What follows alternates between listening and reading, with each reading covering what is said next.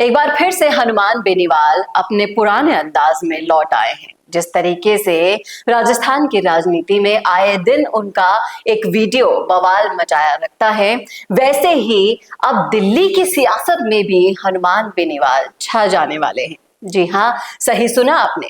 किस तरीके से कांग्रेस का पूरा खेल खत्म करने में जुटे हैं हनुमान बेनीवाल, और कैसे आप पार्टी को विपक्ष के तौर पर पूरे देश भर में खड़ा कर देंगे, बताएंगे आपको सब कुछ। इसके पीछे की जो रणनीतियां हैं, करेंगे इसी मुद्दे पर विश्लेषण इस वीडियो में, इसलिए बने रहेगा आखिर तक हमारे साथ।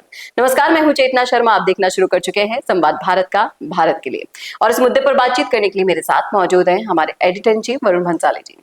तो वरुण सर, मैं ये जानना चाहूंगी कि जिस तरीके से हनुमान बेनीवाल अपने पुराने रंग में लौटते हुए नजर आ रहे हैं, हम पहले कई बार चर्चा कर चुके हैं ये कि एक बार वही बेनीवाल को वापस जागने की जरूरत है जो पहले हुआ करता था, जिसने संघर्ष करके अपनी पार्टी को तीसरे मोर्चे के रूप में स्टैब्लिश किया था।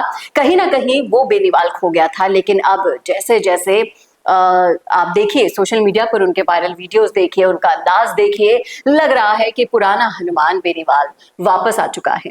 अब रही बात, अगर पुराना बेनीवाल वापस आ गया है तो कांग्रेस के साथ उनके जो समीकरण है वो बनते हुए नजर नहीं आ रहे हैं, कहीं ना कहीं वो बिगड़ रहे हैं। और कई बार उनके मुख से भी निकल चुका है और कई बार वो अपनी बॉडी लैंग्वेज से भी जता चुके हैं, बता चुके हैं चीज कि वो गठबंधन में मजबूरी में है। गठबंधन की जो सरकार है उसमें वो ज्यादा दिन टिक नहीं पाएंगे, तोड़ देंगे उसे। तो आपको क्या लगता है कि इन सब चीजों का फायदा जो दिल्ली की सियासत में लेने के लिए बेताब हो रही है पार्टियां, क्या हो सकता है? आपको क्या लगता है? हारा नहीं हूं मैं फिर से ताकत दिखाऊंगा। हारा नहीं हूं मैं फिर से जीत कर आऊंगा। और वो मेरी शक्ति नहीं बन सके तो क्या, मैं उनकी ताकत बनकर दिखाऊंगा। हनुमान बेनीवाल कुछ इसी तरह से सियासत में अब काम कर रहे हैं। जो लोग सोच रहे हैं कि हनुमान बेनीवाल हार गए हैं, वो उनको दिखाने वाले हैं कि वो हारे नहीं हैं, वो और ज्यादा ताकतवर बनकर आएंगे। और जो लोग ये सोचते हैं कि हनुमान बेनीवाल किसी के साथ गठबंधन नहीं कर सकते, किसी को ताकत नहीं दे सकते, वो या कोई और उनको ताकत नहीं दे सकता, वो अब किसी और की ताकत बनकर दिखाएंगे। ये हनुमान बेनीवाल की राजनीतिक स्ट्रैटेजी हो रही है।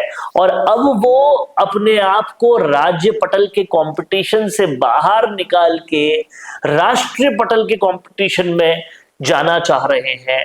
और कहीं ना कहीं कांग्रेस की बिगड़ती हुई, खोती हुई, खत्म होती हुई स्थिति को देखकर वो आम आदमी पार्टी को मुख्य विपक्ष के तौर पे और ज्यादा ताकतवर बनाने की कोशिश कर रहे हैं। क्योंकि अब जो भी इंडिया गठबंधन में है उनको नजर आ रहा है कि कांग्रेस किसी काम की रही नहीं, कांग्रेस कुछ कर सकती है नहीं, इसलिए करें तो करें क्या।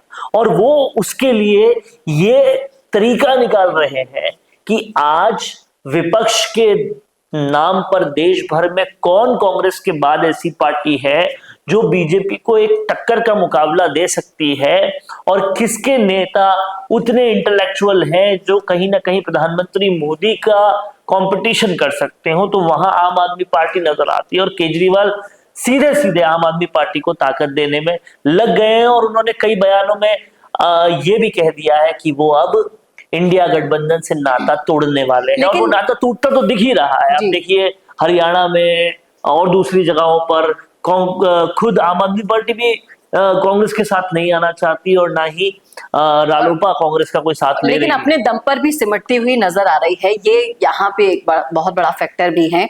मैं ये जानना चाहूंगी कि देखिए, जब हनुमान बेनीवाल कोई स्टेटमेंट देते हैं तो उसके पीछे कोई ना कोई चीज ऐसी छुपी होती है, कोई ठोस सबूत उनके पास होता है, तभी वो उनकी जुबान पर आता है।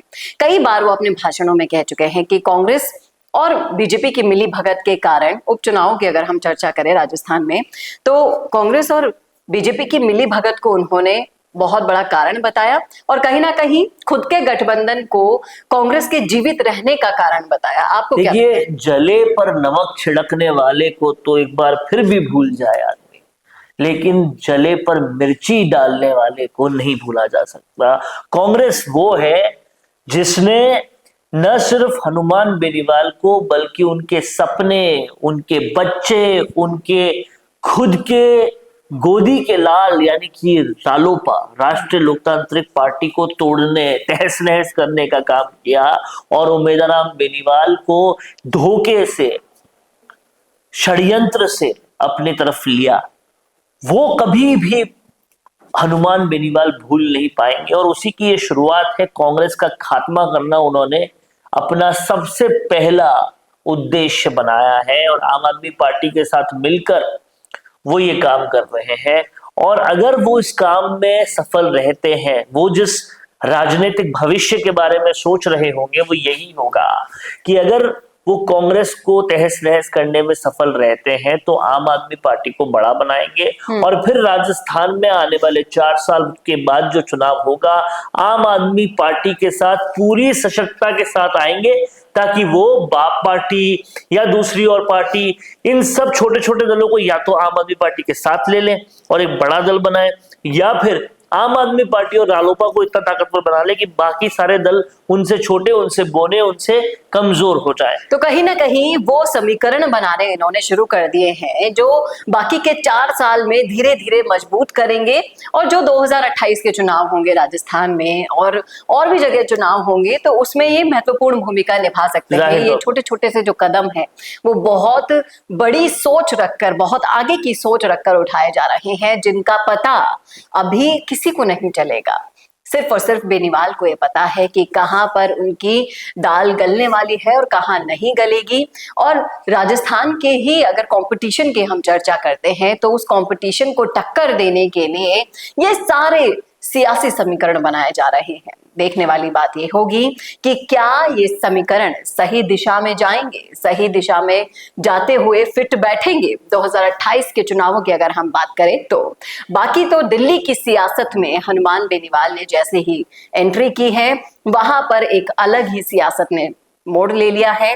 देखना वाकई में दिलचस्प होगा कि दिल्ली में हनुमान बेनीवाल का कितना हल्ला हो पाता है, क्योंकि वहां की जाट जो समीकरण है क्या उनको प्रभावित कर पाएंगे हनुमान बेनीवाल, किस तरीके से कांग्रेस को तोड़ने की जो साजिश रची गई है आपके साथ मिलकर वो साकार होती है या नाकाम होती है, ये तो आने वाला वक्त ही बता पाएगा।